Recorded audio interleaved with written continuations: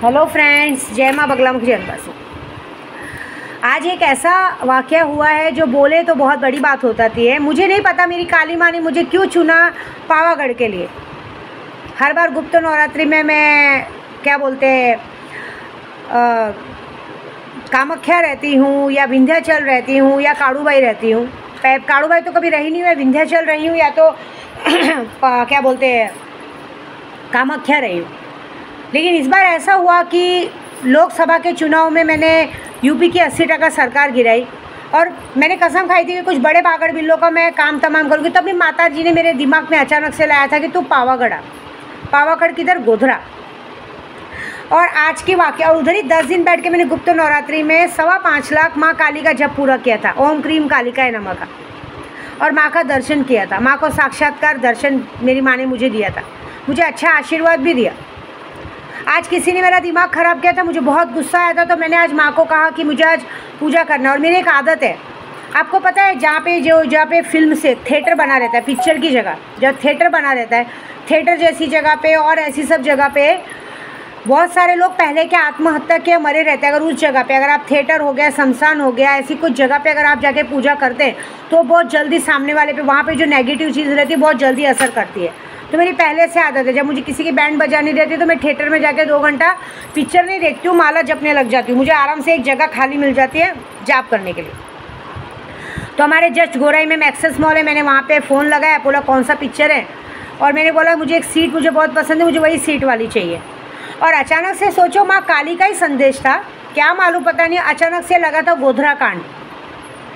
गोधरा कांड पिक्चर लगी थी, मेरे को पता नहीं था गोधरा कांड पिक्चर में क्या है। मैंने बोला चलो जाती हूँ। मैंने माँ से सवाल किया, मैंने वीडियो बताया भी ना कि माँ ने आज मुझे कहा कि जो तूने पावागढ़ में काली माँ का मंत्र सिद्ध किया और जो तेरे गुरु ने मंत्र दिया उसको कर, मारण क्रिया हो जाएगा। माँ मुझे क्या बताना चाहती थी मुझे पता नहीं, लेकिन वहाँ जाके जो मुझे पता चला, अब मुझे पता चला कि क्या बताना चाहती थी। जब मैं गई तो गोधरा कांड जब पिक्चर देखना शुरू किया तब तो धीरे धीरे दिमाग में क्लिक हुआ कि माँ ने मुझे यहाँ क्यों भेजा। क्योंकि आज से गुप्त नवरात्रि तक, नवरात्रि में भी मैं गोधरा में ही थी, है ना, हालोल में ही थी मैं, माँ काली पावागढ़ वाली के पास, और वहाँ पे भी। और 2002 में ये कांड हुआ था। मैंने वहाँ पूरी पिक्चर में एक बात नोटिस की, 2002 में भी वहाँ के यात्री राम मंदिर गए थे, अयोध्या गए थे, राम जी के दर्शन करके आते आते गोधरा कांड हुआ था। साबरमती एक्सप्रेस को पूरी तरह से जला दिया गया था, ठीक है, उस वक्त भी अयोध्या का कांड हुआ था। और 2024 में भी राम मंदिर बना के लोगों ने भगवान बनने की कोशिश की थी, हमारे देश को बर्बाद करने की कोशिश की। कुछ तो है, शायद माँ ने, बहुत सारे लोगों ने शायद माँ पावा वाली को कहते ना मन्नत मांगी होगी कि अब तक उनके परिवार को इंसाफ नहीं मिला। क्योंकि उस वक्त भी, मैं आपको आज खुले बता रही हूँ कि जो मुझे माँ ने आभास दिया है कि सबसे बड़े बागड़ बिल्ले की मौत 5 तारीख को होने वाली है, और मैं करूँगी, क्योंकि मैं माँ काली की बेटी, और माँ ने अगर मुझे चुना है इन दानवों का नाश करने के लिए तो दानवों का नाश निश्चित है, ये बात पक्की है। और एक नाश होगा, कहते हैं ना, जयपुर में, क्योंकि एक बंदा मेरे दिमाग में लगा है। क्योंकि मैं कभी किसी को उल्टा नहीं बोलती, लेकिन जब इंसान मेरे दिमाग तक लगता है ना तो मैं किसी को छोड़ती नहीं। पॉलिटिक्स अच्छी चीज़ है, लेकिन पॉलिटिक्स के ज़रिए लोगों को ठगना बहुत गलत चीज़ है, ये बात पक्की है। ये बात ऐसी है ना कि जो मैंने आज कांड देखा है, 2002 में ये कांड करवाया गया था, उसमें कुछ अलग ही पिक्चर दिखाई गई है, लेकिन मैंने जो महसूस किया वो अलग है। 2002 में जब ये कांड करवा के कोई तो पॉलिटिक्स का बहुत बड़ा आदमी पूरे गुजरात का भगवान बना था, और उसके बाद धीरे धीरे भगवान बनते बनते फिर हमारे देश का भगवान बनने की कोशिश की। 2024 में फिर से राम मंदिर को बनवा के फिर से हमारे देश का भगवान बनने की किसी ने कोशिश की है। और उस भगवान को, कहते ना, राम राज्य लाके एक रावण ने अपनी, कहते ना, रावण ने शिव जी को खुश किया था। यहाँ पे भी किसी ने शिव जी को खुश करके राम जी का सहारा लिया। 2002 में भी राम जी का सहारा लिया था, 2024 में भी राम जी का सहारा लिया।